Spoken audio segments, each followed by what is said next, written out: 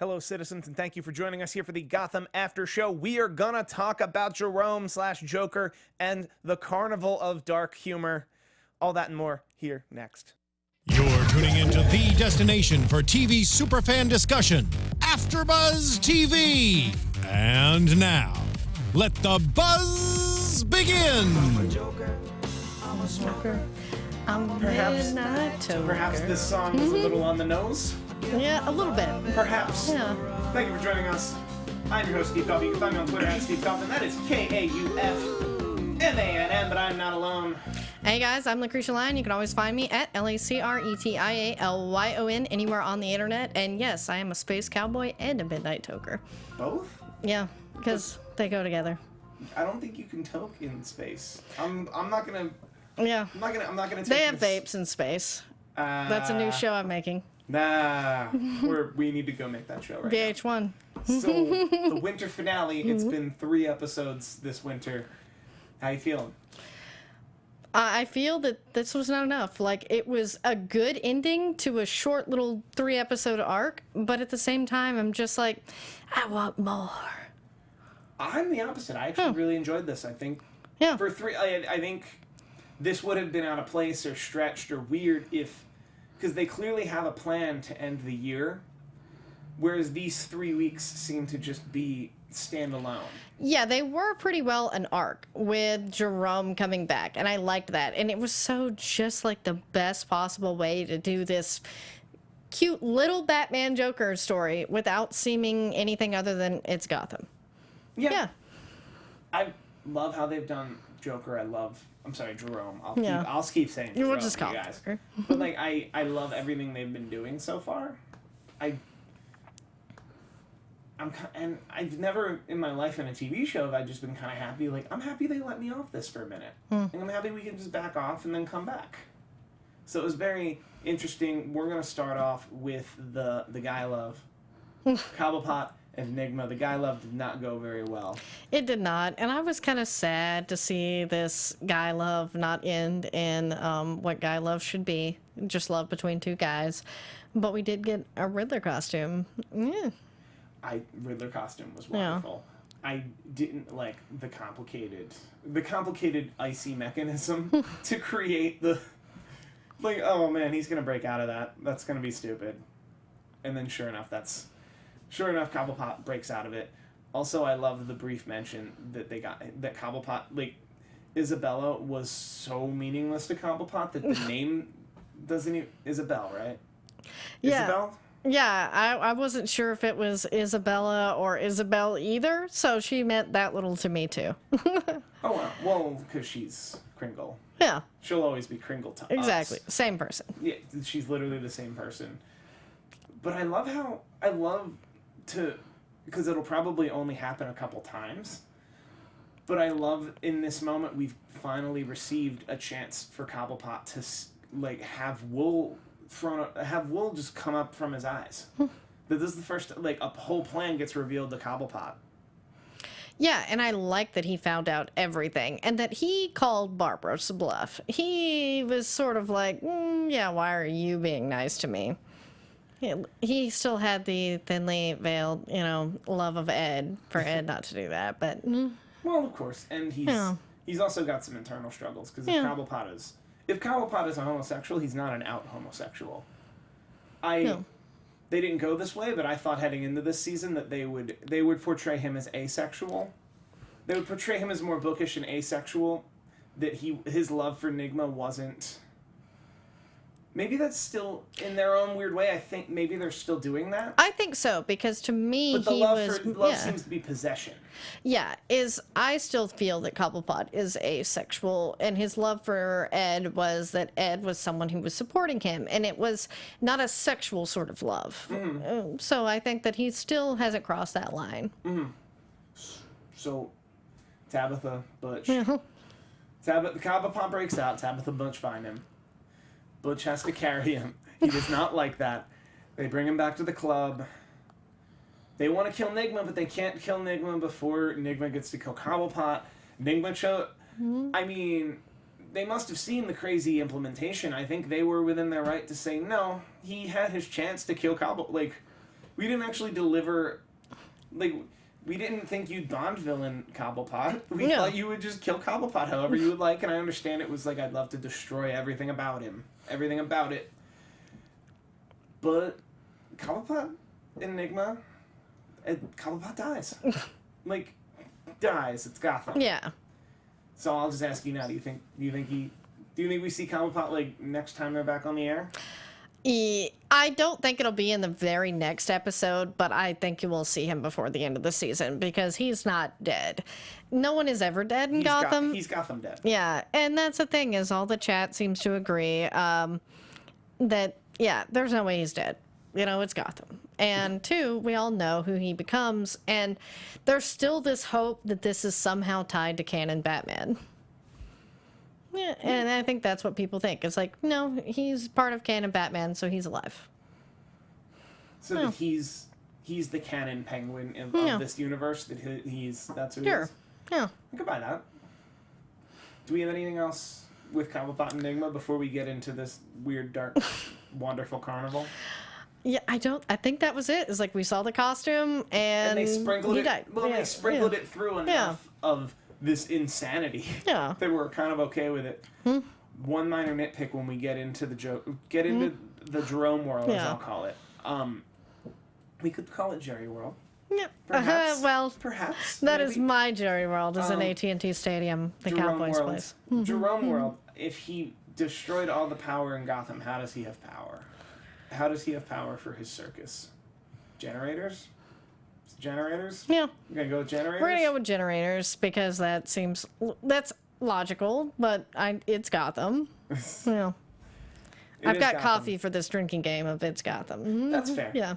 So before we get introduced to this Dark Carnival, Jerome goes to Wayne Mansion to capture Lil Wayne with a bunch of henchmen. Those henchmen just start tearing the place apart, and one of the things they do is they trash this owl that he, like, literally had to rob someone and go through this ridiculous adventure to get, that had an untold treasure that he has yet to have seen or understood, and they just throw it and break it on the floor, which, it's Gotham goes both ways. This was amazing. Because any other show would have kept that, like, would have had him hold it and then put it, oh, this must be important. Or, like, Bullock comes in now. Bullock and Gordon come in now. Like, the fact that they were literally like, nope, this is really important. It gives you a map of the city as the Court of Owls understands it. Really? No one knows. I love that because it's just, you were expecting it to go one way, and because it's Gotham, it goes in a completely different direction. Because they're like, nah, screw this piece. What is? Yeah. So,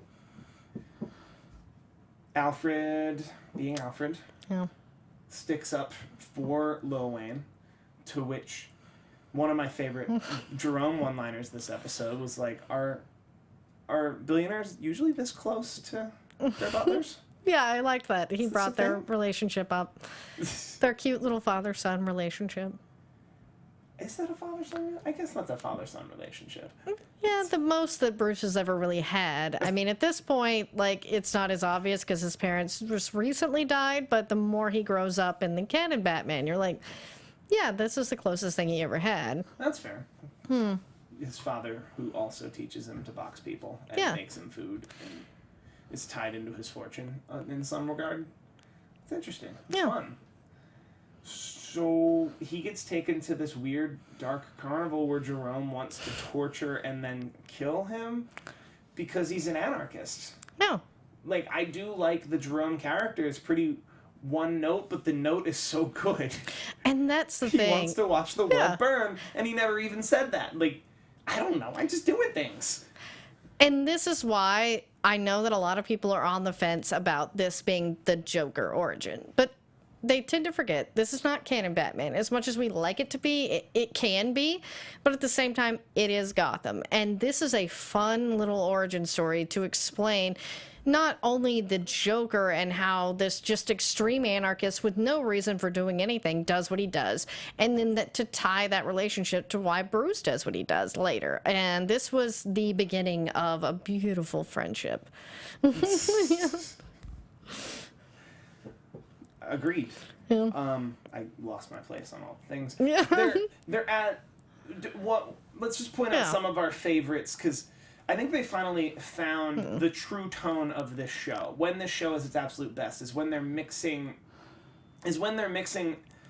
a very campy Adam West style crazy Batman with the dark humor of people will die. Like, people will die, human lives don't mean much, the villains are kind of cool. That you actually get what was most described here, like, you could pay money to, like, literally shoot at a person. You could pay money to throw balls at a pit, throw balls at a dunk tank, and then there's piranhas in the dunk tank. Yeah, that was amazing, by the way. It was just like the fact that this whole carnival was designed just to, I almost said a bad word, but screw with people. We'll go with that. But yeah, that was just amazing. This dark, deep freak show. It's almost like out of American Horror Story than a Fox show or certainly like a DC TV show. It was so delightfully cool. And to me, as you said, set the tone for Gotham. And it's like, I want this tone for Gotham now. Mm-hmm. And if we're talking pure ratings, it's taken them a long time to get here. So I hope people find this episode or these 3 episodes. And I think that might be part of the reason they did it. These 3 episodes can be a microcosm of... These 3 episodes are a microcosm of what this show is going to be moving forward. That it's that people need to see them. People who have given up on this show or may have given up on the show, they need to come back and just jump into these 3 episodes. They're pretty easy to follow without everything else. Yeah, they're standalone. That's why if we were going to do 3 episodes sort of stuck by themselves in January, then that worked. Yeah. And also, everyone forgets that Jerome in season 1 that everyone loved was only the first 3 episodes. I think it was only the first 2 episodes. Because, and all the promos, they use the promos to, like, very much heavily imply that it's going to be the Joker. It's going to be the Joker. Jerome's going to be the Joker. And I think part of that, you get a lot of the trolls and a lot of the hate. Yeah. Just that whenever you cast someone as the Joker, people don't have nice things to say. But I loved the diversion in season 2, where, you're going to have him. A lot of people are going to tune in to see him. And then the real villain is going to kill him in, like, episode 2 or 3. Yeah, that was so crazy. And then to have him come back the way that he did. I mean, setting it up with the cutting part of his face off for his henchman.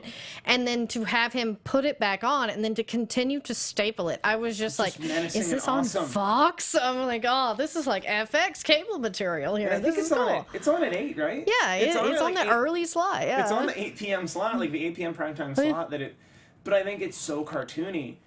That although I did mention like the value of a human life in this circus, I think it's so cartoony and the tone is so dark humor that you don't watch that and be concerned like, wow, that's stunningly terrible. Like all of those people are presumably dead, being tortured. And you don't think that. You think, man, this guy cool. Yeah. I kind of want to go to this. Yeah, you're like, I want to go to this circus. I kind of want to be a bad A and be so bad at it I can go to this circus. Yeah, I'm like, this seems like Venice, only like darker, and so I'm like totally down with it. So, like, but I'm Venice at night. Yeah. Yes. Nailed it. Oh, we've got some comments here in the chat. Sky Patterson says Jerome and Bruce was awesome. And Christian Camaro says, I like Jerome, but I don't like how they cut off his face.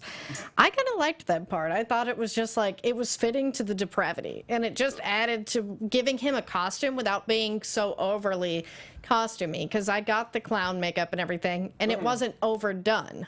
No, I really enjoyed the face. Yeah. The face of this. All my big concern, I'll say a concern, is that he will where do you go from there? Yeah. Where can you possibly go from literally tearing a character's face off? I have a feeling of where they were going, and it involves Dr. Lee. Should I save it for predictions? Yes. Yes. But I have a similar idea. I have a similar idea because I've been saying since day one we shouldn't be trusting Dr. Lee. No. But it's a pretty by the numbers episode of Gotham all in all that Bruce is in trouble, Gordon comes and saves him. It is what it is. Like, if I explain, like, I'm thinking about it beat by beat, and I'm like, beat by beat, this isn't as exciting and interesting as it was. Yeah, that's the thing, is the episode itself, like, breaking it down, you're like, but I feel like I'm cheating the episode, because it was just a beautiful display of what would happen if Bruce was a kid and the Joker existed. Cameron Monaghan magnificently portrays a younger Joker that we can totally get behind, knowing Bruce and going to this crazy carnival. Everything in here we can totally get behind, even being big Batman nerds. Yeah. Because Cameron Monaghan, I'm going to just say it, sweeping declaration, way better than Jared Leto. No, that's unnecessary. But I think Cesar Romero was better than Jared Leto. Yeah. By Jared Leto, you mean the Joker that was written for Jared Leto? Yes. And some of Jared Leto's performance. Yeah. Denny Rain in the chat says, honestly, his face in the puddle water, I'm like, infections. That's honestly what I was thinking too. That's how it goes white. Because he got beat to a bloody pulp by a muddy puddle. Yeah. And then his face pretty much almost completely off, so one giant exposed wound that is his face winds up in just like dirty puddle water. They must have really strong antibiotics in yeah. I mean, he is like a zombie, so maybe he's immune. I don't know how that works. I think we've thought about it more than most. Yeah. Do we have any other notes on this middle part, this meat of the episode? Yeah, Ant says, I think we have not yet seen the true Joker yet. Danny Ryan thinks that Cameron slayed her life. I like that, yeah. Yeah, I also agree. I also agree that this Jerome will never be the Joker as we understand him. I've been saying this ad nauseum that I'll give a very abbreviated version, and I think that he's a mantle character. He's a mantle character that the true Joker that's going to fight Batman was either at that Dark Carnival or somewhere else, and will grow up to be even worse. Yeah, and that's the thing, is are these characters going to be the early versions in canon, or are they going to be mantle characters? And with Gotham, you don't know, and that's what's great, is you can believe both. Or not. Yeah, or not at all. Or they go through a pipe and age like 15 years, or they get frozen. They get frozen in Indian Hill and then come back when there's actually a Batman. Yeah. Or they get out of organized crime, but their kid gets murdered, so they get back in organized crime. Like, it could be anything. Yeah. I think you just literally described all of them. I described all the possibilities. Do we want to jump into the Court of Owls? Because I think we really want to talk about the Court of Owls. I think so. The Court of Owls exists. The Court of Owls is aware of this situation has reached a mess. The Court of Owls even cares. Which I think is important. It's important to show how epic what we just witnessed is. And I love how the Court of Owl rules that they're both sitting there having tea, going, "Oh my dear, we should perhaps do something about the power being out and everyone fighting." Ew. And this anarchist madman without a face. This is my Court of Owls. This is my Court of Owls voice. That's a really good impersonation there. Because they're an old British guy. The Court of Owls is just one old British guy, and absolutely not Gordon's. I think they're saying uncle now. That it's not Gordon's father. We've never gotten confirmation. Well, what's it's Gordon's weird relation is when the casting initially came out for James Remar, it said he was going to be Gordon's father. So, but that may have been a misprint because she called him his uncle. Yeah. And so I'm confused. But you know what? Maybe they decided to change it. They've been doing or that he's his biological father. He's his biological father and stayed in his life under the guise of I'm your uncle. Yeah, like they do. Anything like that. And the woman, that's Lil Wayne's grandmother.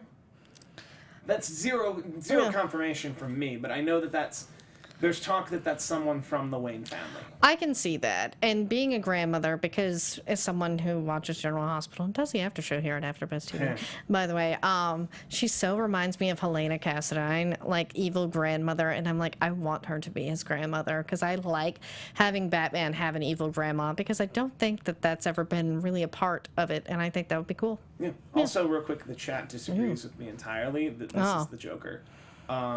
Alyssa Myers brings up a good point. If Penguin is Penguin and Riddler is Riddler, why can't Jerome be the Joker?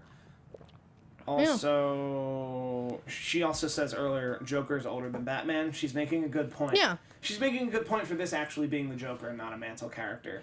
Yeah, and as I say... Because he's slightly older than Bruce, too, because he's probably only 16 or 17. Yeah, he's a teenager, you know, maybe late teens. So he is older than Bruce, but, yeah.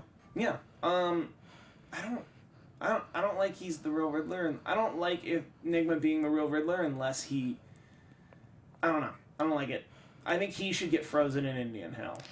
Yeah, that's the thing, is Enigma's a character that I feel has sort of... I like seeing the costume, but I want a break from him, because I think that Penguin was a stronger character that we kind of got to know as a little bit more of a fleshed out 3D gray character. Enigma has turned to where he's all bad, so I think we need a break. Yeah. No, that's true. Yeah. We need... And it's this show, it's not like they're at a loss for villains.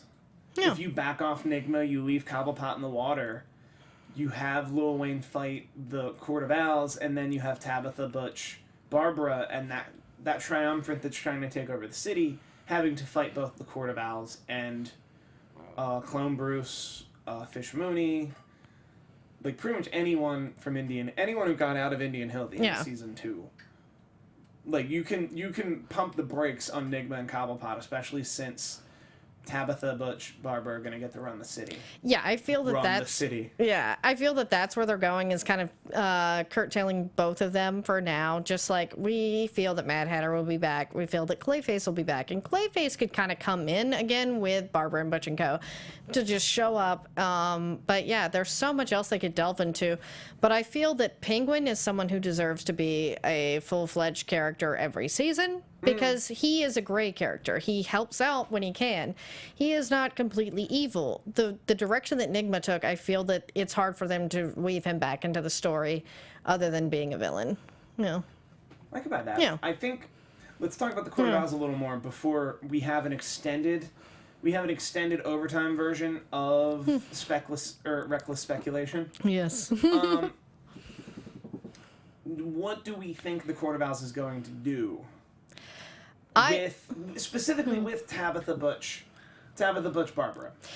I feel that the Court of Owls is going to use them to their advantage until they throw them away. I feel that Barbara will be a character much like Penguin that we'll continue to see from season to season, because she's proven herself to be much like Penguin, a fun character that we like to see that can help on either side.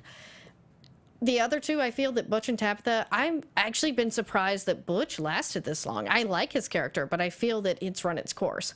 And with Tabitha, I mean, I know she's Tigress if you're Batman canon, but it's also time to maybe curtail her character, because we haven't really invested enough in her yet. Unless you're going to make her Tigress. Yeah, unless you're going to go full on, like, we're going to make her Tigress, like, get a costume, get all that.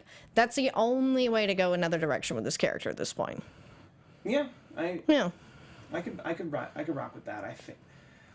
I just think they're all so low level underground. Yeah. I think they're all so low level underground that the court's not even going to reveal themselves. Yeah. To them, they're just going to. Oh, they won't. They'll let them run it. They're going to let them think they run Gotham. Yeah. Just like Cobblepot before them. Yeah. Let them think they run Gotham.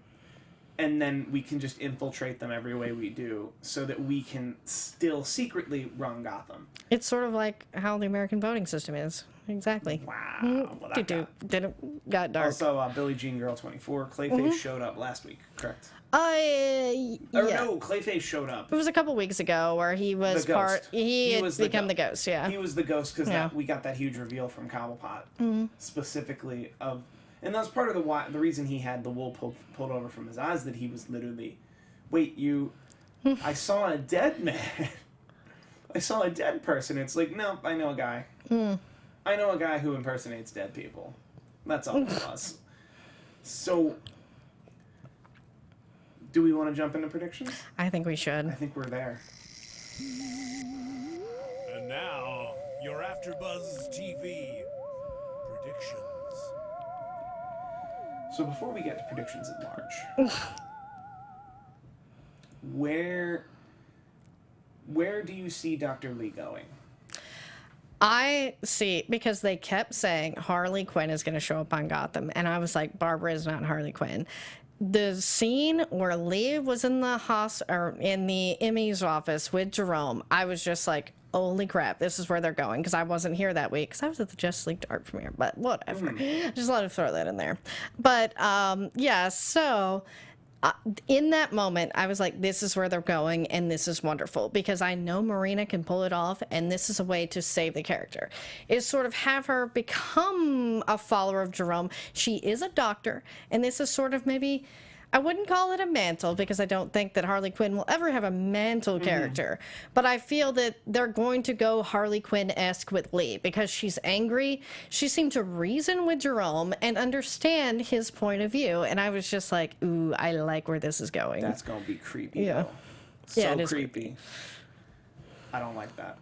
I don't like that at all. That's just, Yes. that'll just be wrong on so many levels. Well, But hopefully you don't make her especially- obsessed with him, but just sort of like, I get his point of view, and I'm gonna go crazy. That makes Yeah. sense, especially since realistically you can't bring Jerome back for the rest of the season. No. Then I think Jerome is somebody who people are going to love in this show because they bring him back for 3 weeks. They bring him back for 3 weeks, Gordon punches his face in, and then he goes to Indian Hill, and then Indian Hill lets him out at some point. So I could, speaking of mantles, I could see Lee taking over for Jerome's cause. No.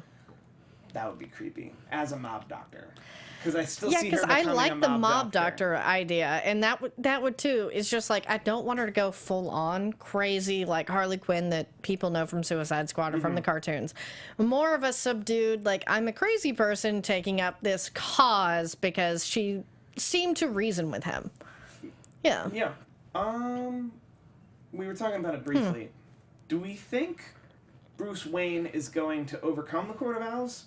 Or some folks in the chat, I believe Amanda Powell, is saying that they're going to kidnap him I think so. and replace him with Emo Bruce.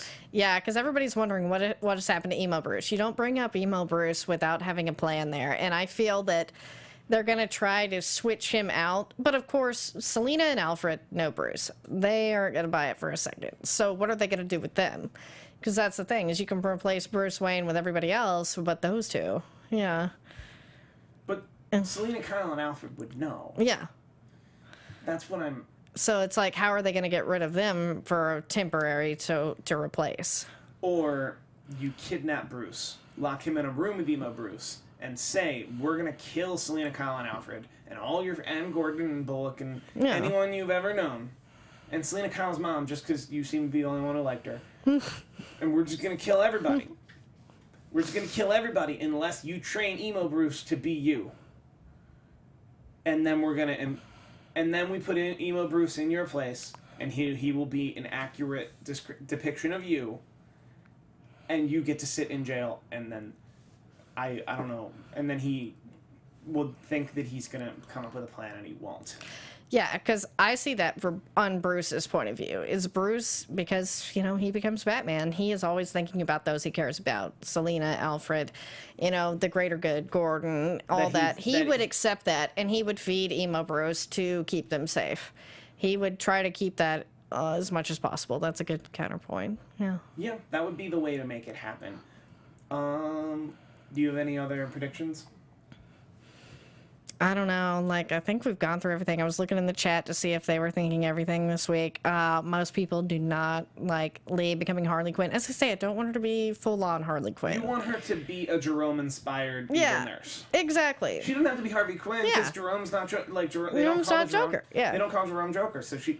Exactly. I think you throw around a big character like Harley Quinn, people. Yeah, and they did it themselves. I wouldn't be picking at that if it wasn't teased by the, Gotham writers. So I'm like, I feel that that's their way of doing it, just like Jerome is their way of doing Joker. Also, I will have to Google it to confirm, but somebody in the chat said that Ra's al Ghul is confirmed for season 4. I have yet to see a confirmation. I haven't either. I have yet to see a confirmation for season 4. Which now would be a good time to mention ratings. Oh, yeah. Ratings are interesting for this show. I mean, it can't help but be in a downswing just from what it debuted to. But do we are we concerned yet? When should we be concerned? Well, I was actually more concerned for Lucifer, as we talked yesterday watching the Super Bowl, than Gotham until I read TV Line today when they came out with their renewal scorecard. Lucifer was considered a safe bet versus Gotham, which could go either way. And I was surprised by that. And I like both shows. But as much as I like Lucifer and I think that there are stories to tell, I feel that Gotham has more stories to tell. And if I had to pick, I would pick Gotham just because, I mean, as I say, I feel that there's a lot they could do with this. I'm pulling up the ratings real quick just so I have a good barometer of this season because they're realistically not gonna... I think WB TV Go just announced a Lego Gotham. Ooh, 7 hours ago.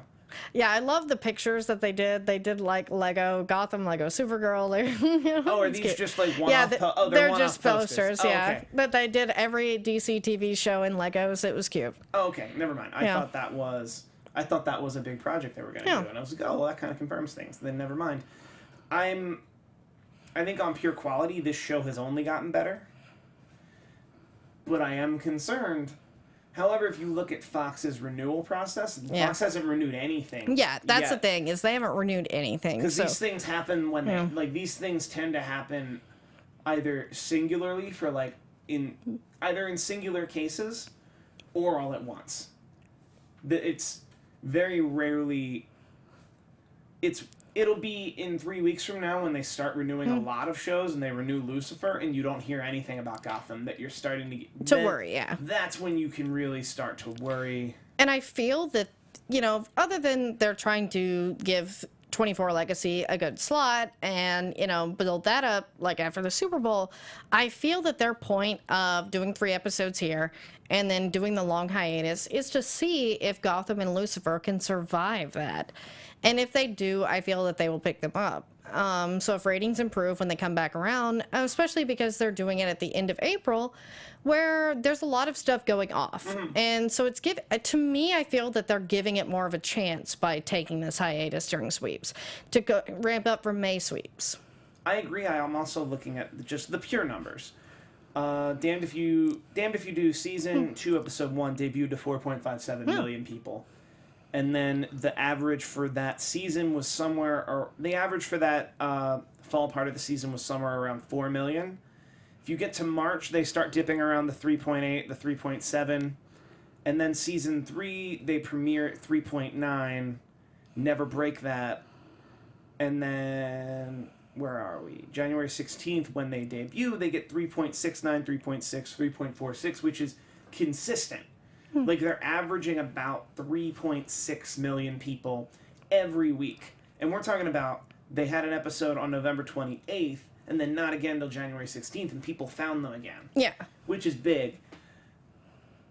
Creatively, I think it's the much better show. Creatively, I don't want to see a world where they don't renew this show.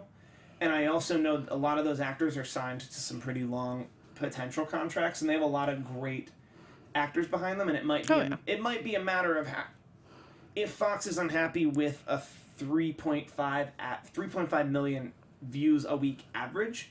If Fox is unhappy with that, then there's one of two conversations. We're so unhappy we're going to try something else, or we're unhappy. How can you fix this in the next couple of weeks and then it's over? By the way, I haven't read anything that specifically says this show is in any danger. No. Or any more danger than any other show and this point. Yeah. But I think it's worth mentioning now that there's a good chance, not a good chance, but there is a chance how things roll that when this show comes back April 24th, that it's either do or die or already decided. Yeah, and that's the thing, is hopefully they give it time, because I feel that this hiatus, and same thing with it starting earlier, is they're trying to put it on, same thing with Lucifer, because when you've got like a powerhouse like Supergirl, and I don't know what else is on Monday nights, The Bachelor, stuff like that, I'd like watch Supergirl obviously, but with The Bachelor and stuff like that, they don't want to compete with that, which is smart, because you're splitting a demographic, because there are plenty of people, I would assume, that watch stuff like that also watch Gotham, but if they split it up, you're going to get those views that you might not otherwise. No, I agree with that as well. Yeah, that's a good strategy. That it's a good strategy. You need, and I feel they're doing it for a good reason. And they're not. Supergirl's not on at 8, correct? No, yeah, it is. Yeah. That's interesting. Because I know Supergirl. Okay, I haven't seen Supergirl's numbers, but I know the problem with Supergirl on CBS wasn't that it was the top-rated superhero show. It was that superhero shows don't rate. Yeah. Superhero shows don't track well as far as networks are concerned, which is why it was on CW. But I also, who knows? Like, nobody ever actually knows with these things, but I think it's worth bringing up. Let's see if the chat has anything to say about it. They don't seem too concerned about it. So I think we like this. I think we're in a good place ratings-wise that there'll still be a show next year. Yeah, to me, it's all up to Fox. I mean, Fox did cancel The Grinder, even though it had decent ratings and was a really good show. But I feel that it was a new show. With Gotham, you've got 3 seasons, so I think they're more likely to give it a chance. I think so too. I think there's a goodwill built. And once again, creatively, it's in a place where it's like, well, you can go a lot of places. You can go a lot of places, and if the issue is we want you to do better than 3.5, have a conversation with them of what do you have in the barrel that you were gonna wait. What do you have in the barrel that you were gonna wait that maybe you need to break that out sooner, or maybe we need to advertise you better, or maybe even move you to another time, or lessen your order so that you can. Or lessen your order so we're not spending as much. Yeah. Any of those things are a possibility. And as I say, I am more in agreement with shows now lessening the order of things and doing a good solid 10 to 15 episodes, or, not, rather than not at all. Because that's the thing, is we don't need 22 episodes anymore. And we don't always, also, the Loose Chesters in the chat said maybe Gotham will also move to the CW, and then Sky Patterson almost immediately, Gotham on the CW, no. I don't think it fits there. It does not. Imagine the Flash, the campiness of the Flash, but in, like, this really weird, I'm going to say insane clown posse, but, like, this dark humor. That it would not fit on CW at all, whereas Supergirl very much fit. In the CW world, whereas this just doesn't. Yeah, and that's the thing, is like if it were to move to FX, okay. That makes sense to me. Move to FX, give it 10 seasons, let it be even more PG, or maybe even if it's 10 episodes, you can kind of bump the budget a little bit on those 10 episodes, that it can be. Also, the FX people, a lot of people I know who do shows, promote shows, I ask them, like, who's your number one, like, who's your top dog, and they say FX. FX kills us on advertising every time. Yeah, and FX really needs a boom. So, like, that's the thing, is, like, other than Ryan Murphy, what do they have right now? Because, I mean, you've got the Sons of Anarchy, spinoff with the Mayans, okay. But they have Atlanta. But Atlanta's good. Yeah, I was going to say, like, it's hard. Like, FX has good comedies, but their drama used to be the top of the line with Justified, Sons of Anarchy, Nip Tuck, and, other than Ryan Murphy stuff, it's kind of been falling down. So Gotham would be a good addition, and sort of give them that superhero boost. If Fox were to decide that. This is all just wild speculation. If Fox were to say they don't want it on FX, we had a whole segment for it. Of just I know, we just pitched it. Reckless speculation of just, last call, do you think they're going to renew it for a season 3? As is, 20 episodes. Don't change a thing. I feel that it will get renewed just because right now they are literally throwing money at any superhero franchise. Why would you get rid of one already established? And that's the thing. Is like they're doing an X-Men series on Fox. Black Lightning was supposed to be on Fox, but now it's moved to the CW. So they lost one. Mm-hmm. So they're going to want to hold on to this one. I think they might cut it to 15. I could see them cutting 6. it. I could see them doing similar to what USA does, where they get 10 and 6. Like USA does that with Suits, where it'll get a 10-episode run and a 6-episode run in separate seasons, almost. They segment the season. I don't know. Let us know in the comments what you think. Yeah. Because this is an exciting conversation that isn't just recounting this awesome episode we just saw. In the meantime, where can the people find you on the Twitter? You guys can find me on the Twitter as well as everywhere else on the internet at LACRETIALYON, since there is only one, and I'll be on AfterBuzz TV for the Supergirl after show at 10 p.m. What? And you guys can find me on Twitter almost exclusively at Steve Kaufmann. That is KAUFMANN. I will be back here Wednesday night to cover Suits. I will then be back here the following Sunday night to cover WWE's Elimination Chamber, which is 6 weeks in the shadow of WrestleMania. And I do a lot of other stuff here at AfterBuzz TV, and I tweet about it very regularly. Thank you for joining us, citizens, and good night. From executive producers Maria Menounos, Kevin Undergaro, Phil Svitek, and the entire AfterBuzz TV staff, we would like to thank you for listening to the AfterBuzz TV network. To watch or listen to other after shows and post comments or questions, be sure to visit AfterBuzzTV.com. I'm Sir Richard Wentworth, and this has been a presentation of AfterBuzz TV. Buzz you later. The views expressed herein are those of the hosts only and do not necessarily reflect the views of AfterBuzz TV or its owners or principals.